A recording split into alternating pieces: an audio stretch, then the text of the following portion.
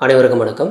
இந்த காலத்தில் பேய் இருக்கா இல்லையா அப்படின்னு ஒரு கேள்வி கேட்டால் சில பேர் வந்து பேய் இருக்குன்னு சொல்லுவாங்க, சில பேர் பேய் இல்லைன்னு சொல்லுவாங்க. ஆனால் பேய் அப்படிங்கிறது ஒரு மூட நம்பிக்கை அப்படின்னு சொல்லிட்டு இருக்கக்கூடிய இந்த காலத்தில் பேய்க்கு பயந்து ஒரு நபர் வந்து 36 வருஷமாக வந்து பெண் வேடத்திலே வந்து தெரிஞ்சிருக்காரு. அதாவது ஒரு ஆண் வந்து லேடி மாதிரி கெட்டப் போட்டே வந்து 36 வருஷமாக வாழ்ந்துட்டு இருந்திருக்காரு ஒரு பேய்க்கு பயந்து. அந்த நபர் யார் என்னங்கிறத பற்றி டீட்டெயிலாக பார்க்கலாம். உத்தரப்பிரதேச மாநிலம் ஜான்பூரை சேர்ந்த ஜிந்தாகரன் சவுகான் அப்படின்ற ஒரு 16 வயசு பையனுக்கு வந்து அவங்க வீட்டில் வந்து மேரேஜ் பண்ணி வைக்கிறாங்க. மேரேஜ் பண்ணி வச்சதுக்கப்புறம் வந்து தன்னோட லைஃப் வந்து ரொம்ப நல்லா போய்கிட்டு இருக்கு.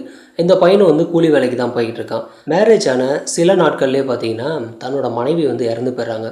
அவங்களுக்கு வந்துட்டு உடம்பு சரியில்லாமல் தான் இறந்து போயிடுறாங்க. இருந்தாலும் இந்த சின்ன வயசுலேயே வந்து இந்த மாதிரி இறந்து போயிட்டாங்களேன்னு சொல்லி மனவேதனையிலே இருந்துகிட்டு இருக்காரு. இந்த ஜிந்தா வந்து இந்த மனவேதனையிலேருந்து வெளில வரணும் அப்படின்னாக்க வேறு ஏதாவது வேலைக்கு போகணும், வேறு ஊருக்கு போயிடலாம் அப்படின்னு சொல்லி பிளான் பண்ணி தன்னோட 21வது வயசில் வந்து வெஸ்ட் பெங்காலுக்கு கிளம்பி வராரு. ஸோ அங்கே கிளம்பி வந்துட்டு ஒரு செங்கல் சூளையில் வந்து வேலைக்கு போகிறாரு. வேலைக்கு போய்ட்டு நல்லபடியாக வந்து வேலையும் பார்த்துட்ருக்காரு. ரொம்ப நேர்மையாக இருந்துகிட்ருக்காரு. ஸோ அங்கே இருக்கக்கூடிய மக்களுக்கெல்லாம் பார்த்திங்கன்னா சின்ன சின்ன உதவிகள் பண்ணுறதா இருக்கட்டும், காய்கறிகள் வாங்கி கொடுக்குறதுன்னு சொல்லி அவரால் முடிஞ்ச சின்ன சின்ன உதவியெல்லாம் பண்ணிகிட்ருக்காரு. இவர் வந்துட்டு ரெகுலராக வந்து ஒரு கடைக்கு வந்து காய்கறி வாங்கிட்டுருக்காரு. அந்த காய்கறி கடை ஓனர் வந்துட்டு இவரோட ரொம்ப பழக்கமாகுது. இந்த மாதிரி பழக்கமாயிட்டு இருக்கும்போது இவரோட 25வது வயசில் வந்துட்டு அந்த கடை ஓனர் என்ன பண்ணுறாருன்னா தன்னோட பொண்ணையே வந்து இந்த நபருக்கு வந்து கல்யாணம் பண்ணி கொடுக்கலாம் அப்படின்னு சொல்லி ஒரு முடிவு பண்ணுறாரு. ஏன் அப்படின்னாக்கா எந்த ஒரு ரீசன் சொல்லிவிட்டு பொய் சொல்லிக்கிட்டு லீவ் போடாமல் சின்சியராக வந்து வேலை பார்க்குறான், அதே சமயத்தில் நேர்மையாகவும் இருக்கான்னு சொல்லி தன்னோட பொண்ணையே கொடுக்கலான்னு சொல்லி அவர் முடிவு பண்ணுறாரு. முடிவு பண்ணி இந்த சிந்தா கிட்ட ஆக்சுவலாக கேட்குறாரு, என்னோட பொண்ணை கல்யாணம் பண்ணிக்கிறதுக்கு உனக்கு சம்மதமானு சொல்லி கேட்குறாரு. இந்த நபரும் வந்து தனக்கு வந்து சம்மதம்னு சொல்லி சொல்கிறாரு. ஸோ அங்கேயே வந்துட்டு மேரேஜும் நல்லபடியாக நடக்குது. ஆனால் இந்த சம்பவம் வந்துட்டு இந்த ஜிந்தாவோட பேரண்ட்ஸுக்கு ஆக்சுவலாக தெரியாது. இப்போ மேரேஜ் ஆனதுக்கப்புறம் அங்கேயே வந்து வெஸ்ட் பெங்கால்லே வந்து இந்த நபர் வந்து செட்டில் ஆகிறாரு. செட்டில் ஆகிட்டு வழக்கம் போல் வந்து தன்னோட செங்கல் சூளைக்கு வந்து வேலைக்கு போயிட்டுருக்காரு. நாட்கள் வந்து போய்கிட்டே இருக்குது. இந்த டயத்தில் இந்த ஜிந்தாவோட பேரண்ட்ஸ் என்ன பண்ணுறாங்கனாக்கா, என்ன வேலைக்கு போன பையன் வந்து ரிட்டன் வந்து வீட்டுக்கு வரவும் இல்லை, அதே சமயத்தில் எந்த ஒரு தகவலுமே இல்லை, அவன் என்ன போன பையன் அங்கேயே இருந்துக்கிட்டான்னு சொல்லிட்டு அக்கம் பக்கத்தில் இருக்கக்கூடிய எல்லாருக்கிட்டையும் விசாரிக்கிறாங்க. அந்த மாதிரி விசாரிக்கும் போது தான் தன்னோட பையனுக்கு 2வது மேரேஜ் ஆகிடுச்சு அப்படிங்கிற விஷயமே தெரிய வருது. இப்போ இந்த விஷயத்தை கேள்விப்பட்ட பேரண்ட்ஸ் வந்து ரொம்ப கோபமாக வராங்க. ஏன் அப்படின்னாக்கா, என்ன நம்மக்கிட்ட கூட சொல்லாமல் ஒரு கல்யாணம் பண்ணிட்டானேன்னு சொல்லி கோவப்பட்டு நீ வந்து அங்கேருந்து கிளம்பிவான்னு சொல்லி ஒரு தகவல் கொடுக்குறாங்க. நீ வந்துட்டு அந்த ஒய்ஃபை அங்கேயே விட்டுட்டு நீ கிளம்பிவான்னு சொல்லிட்டு தகவல் கொடுக்குறாங்க. பேரண்ட்ஸோட பேச்சை கேட்டு இந்த நபர் என்ன பண்ணுறாருன்னா தன்னோட மனைவி கிட்ட கூட சொல்லாமல் அங்கேருந்து கிளம்பி மறுபடியும் வந்து உத்தரப்பிரதேசத்துக்கே வராரு. ஸோ அங்கே வந்துட்டு தன்னோட பேரண்ட்ஸோடு இருக்கிறாரு. அங்கே வந்து வேலைக்கு போயிட்டுருக்காரு. இப்படியே வந்துட்டு 1 வருஷம் போயிடுது. இந்த 1 வருஷம் கழித்து என்ன பண்ணுறாருனாக்க, நம்மளையும் நம்பி ஒரு பொண்ணு வந்து வெஸ்ட் பெங்காலில் இருக்குது, அந்த பொண்ணுக்கிட்ட சொல்லாமல் கூட வந்துட்டோம், என்ன நடக்குதுன்னு கூட அந்த பொண்ணுக்கு ஒன்றும் தெரியாதுன்னு சொல்லி மனசு உறுத்தலில் என்ன பண்ணுறாருனாக்க மறுபடியும் கிளம்பி வெஸ்ட் பெங்காலுக்கு வராரு. அங்கே வந்துட்டு தன்னோட ஆசை மனைவியை பார்க்கணும் அப்படிங்கிறக்காக டைரெக்டாக அங்கே வீட்டுக்கு வராரு. வீட்டுக்கு போய் பார்த்தா மனைவி இல்லை, மனைவியோட ஃபோட்டோ மட்டும்தான் இருக்குது. அந்த ஃபோட்டோவில் மாலை இருக்குது. அதாவது அந்த பொண்ணு வந்து ஆல்ரெடி வந்து இறந்து போயிட்டாங்க. ஸோ இது எப்படி இறந்தாங்கன்னு சொல்லி கேட்கும்போது இந்த பொண்ணு வந்து இந்த நபர் வந்து போனதுலேருந்து தேடிக்கிட்டே இருந்திருக்காங்க. தன்னோட செங்கல் சூளையில் போய் பார்க்குறாங்க. அது மட்டும் இல்லாமல் காய்கறி கடையில் வெயிட் பண்ணி பார்க்குறாங்க. இந்த மாதிரி பார்த்துக்கிட்டே இருக்காங்க. தன்னோட கணவர் வந்து இப்போ தான் வந்துடுவார், அப்போ தான் வந்துடுவார்னு சொல்லி வெயிட் பண்ணிக்கிட்டே இருக்கிறாங்க. இந்த மாதிரி வெயிட் பண்ணி அந்த பொண்ணுக்கு வந்துட்டு ஒரு கட்டத்துக்கு மேலே டிப்ரெஷனே ஆகுது. ஏன்னா தன்னோட கணவர் வருவாரா வரமாட்டாரா அப்படின்ற ஒரு ஏக்கத்திலே இருந்துகிட்ருக்காங்க. இந்த ஏக்கம் அதிகமாகி ஒரு கட்டத்துக்கு மேலே இந்த பொண்ணு வந்து இனிமேல் நம்ம கணவர் வரமாட்டார் அப்படின்னு தெரிஞ்சு அந்த பொண்ணு வந்து தற்கொலை பண்ணி இறந்து போயிடுறாங்க. ஸோ இறந்து போனதுக்கப்புறம் வந்துட்டு இந்த நபர் ஆக்சுவலாக வந்திருக்காரு. இதை கேள்விப்பட்ட இந்த சிந்தா வந்து அந்த இடத்துலேயே வந்து கதறி அழுகிறாரு. ஏன்னா இனிமேல் அழுதும் பிரயோஜனம் இல்லை, இந்த பொண்ணு திரும்பி உயிரோட வரப்போகிறதில்ல, தான் வந்து இந்த மாதிரியான ஒரு பெரிய குற்றத்தை பண்ணிட்டேன்னு தன்னோட மனைவி கிட்ட சொல்லிட்டாவது போயிருக்கலான்னு சொல்லிட்டு அந்த இடத்துலேயே அழுதுகிட்டு இருக்காரு. அதுக்கப்புறம் வேறு வழியே இல்லை, தன்னோட மனைவியும் இல்லை, இனிமேல் வந்து வெஸ்ட் பெங்காலில் என்ன வேலைன்னு சொல்லி திரும்ப கிளம்பி உத்தரப்பிரதேசத்துக்கு வராரு.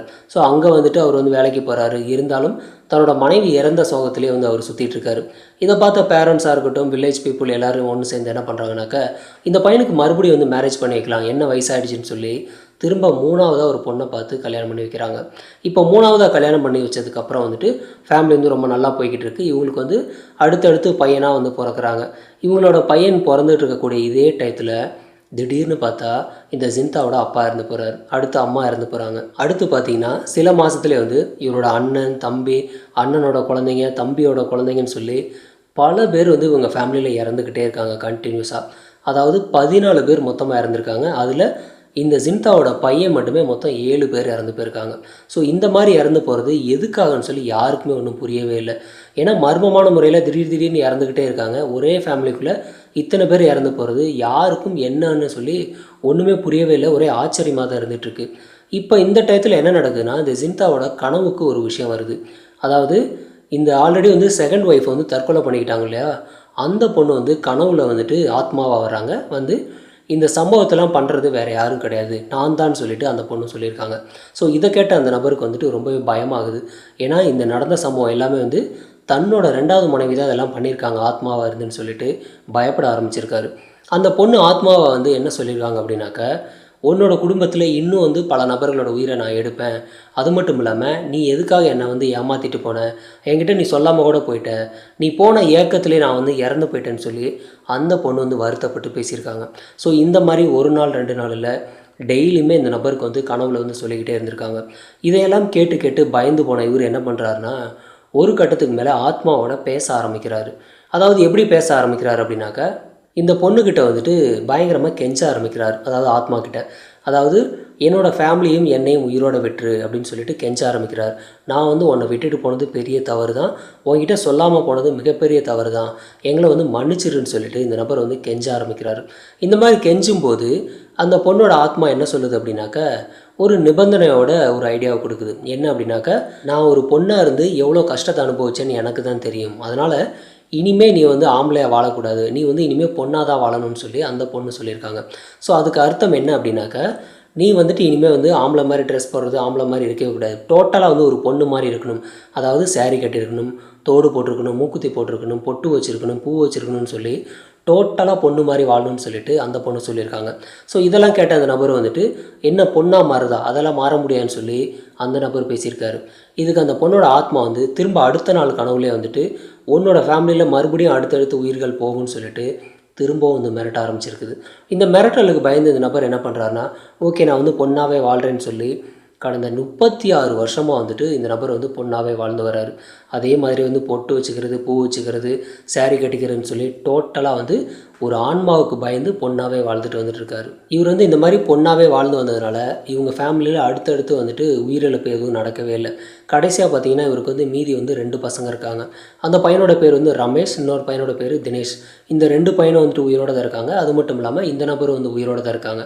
ஸோ இந்த மாதிரி வந்து நான் வந்து பொண்ணாகவே வாழ்கிறதுனால தான் இந்த ஆத்மா வந்து எங்களை வந்து உயிரோட விட்டுருக்குன்னு சொல்லி அந்த நபர் வந்து சொல்லியிருக்காரு. இந்த ஜிந்தா வந்து 2025 பிப்ரவரி மாதம் ஆக்சுவலாக வந்து இந்த சம்பவத்தை சொல்லும்போது தான் ஒட்டுமொத்த உலகத்துக்கே இப்படி ஒரு சம்பவம் நடந்ததுன்னு சொல்லி எல்லாருக்குமே தெரிய வருது. இந்த சம்பவத்தை கேட்ட ஒட்டுமொத்த மக்களும் என்ன சொல்லியிருக்காங்க அப்படின்னாக்கா, இந்த நபருக்கு வந்து ஆல்ரெடி வந்து மனநலம் பாதிக்கப்பட்டுருச்சு, அதனால தான் இந்த மாதிரிலாம் பேசிகிட்டு இருக்காருன்னு சொல்லி ஒரு தரப்பு சொல்லியிருக்காங்க.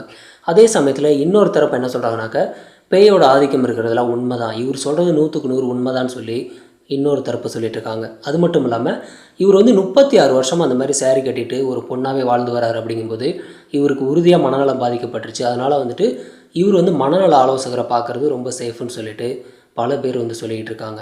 அது மட்டும் இல்லாமல் அந்த இறந்து போன அந்த 2வது ஒய்ஃப் வந்துட்டு சின்ன வயசுலேயே ஆக்சுவலாக இறந்து போயிட்டாங்க. அதனால் வந்து இந்த மாதிரி சின்ன வயசில் இறந்து போகிறவங்க வந்துட்டு நிறைவேறாத ஆசை அப்படின்னு பார்த்தீங்கன்னா நிறைய விஷயம் இருக்கும். ஸோ அந்த விஷயத்தெலாம் பார்த்திங்கன்னா நிறைவேற்றாத வரைக்கும் இந்த மாதிரி வந்து ஆத்மா வந்து உயிரோட சுற்றிக்கிட்டு தான் இருக்கும். ஸோ அந்த பொண்ணோட ஆசை என்னன்னு கேட்டு அதை நிறைவேற்றி வச்சா மட்டும்தான் தீரும். ஸோ அதே மாதிரி தான் அந்த ஆசை என்னன்னு கேட்கும்போது இந்த சிந்தா வந்துட்டு பொண்ணு மாதிரி வாழணும்னு சொல்லி அவங்க சொல்கிறத இவர் கேட்டதுனால தான் அந்த ஆத்மா வந்து ரிட்டன் வரவே இல்லைன்னு சொல்லி மக்களில் சில பேர் வந்து சொல்லிகிட்டு இருக்காங்க. ஏஐ டெக்னாலஜி இருக்கக்கூடிய இந்த காலத்தில் பேய் பிசாசு அப்படிங்கிறதெல்லாம் சுத்த முட்டாள்தனம் தான். ஏன் அப்படின்னாக்கா, இந்த மாதிரி வந்து ஒரு ஆத்மா வந்து பேசும், அந்த ஆத்மா சொல்கிற பேச்சை கேட்கல அப்படின்னாக்கா நம்மளை வந்து பழிவாங்க அப்படின்னு சொன்னாக்கா இந்த மாதிரி வந்து பல விஷயங்கள் நடந்திருக்கும். குறிப்பாக சொல்லணும் அப்படின்னாக்கா, குறிப்பாக இப்போ இலங்கையில் வந்துட்டு ராஜபக்சே எல்லாம் பார்த்தீங்கன்னா 1.5 லட்சம் தமிழர்களை வந்து தீர்த்து கட்டிட்டு அந்த நபர் வந்து ஜாலியாக சுற்றிட்டு இருக்காரு. இப்போ அந்த 1.5 லட்சத்தில் யாராவது ஒருத்தர் ஆத்மா வந்துட்டு அவர் வந்து பழி வாங்கியிருக்காதா? கண்டிப்பாக பழி வாங்கியிருக்கணும். ஸோ இந்த மாதிரி வந்து பழி வாங்குறதுக்கெலாம் யாரும் கிடையாது, எந்த ஆத்மாவும் கிடையாது. இது முழுக்க முழுக்க நம்ம மனசு சார்ந்த ஒரு விஷயந்தான். அதனால் வந்துட்டு இது வந்து ஆத்மா பண்ணுச்சு, ஆத்மா வந்துட்டு இது மாதிரி பழி வாங்குச்சுன்னு சொல்கிறதெல்லாம் சுத்த முட்டாள்தனம். இப்போ ரியலாக நடந்த ஒரு விஷயத்த ஆக்சுவலாக நான் சொல்கிறேன். அதாவது என் கண்ணு முன்னாடி பார்த்த ஒரு விஷயம். அதாவது எனக்கு வந்து அதில் நம்பிக்கை கிடையாது தான், இருந்தாலும் நடந்த சம்பவத்தை சொல்கிறேன். அதாவது ஒரு நபர் வந்து ஒரு வில்லேஜில் இறந்து போகிறாரு. அந்த நபர் இறந்த டைம் இதெல்லாம் வச்சு இந்த நபரோட ஆவி வந்து ஒரு 10 உயிர்களை வந்து பழிவாங்குன்னு சொல்லி அந்த மக்கள் வந்து சொன்னாங்க. ஸோ இதை வந்து நானும் சுத்தமாக நம்பவே கிடையாது.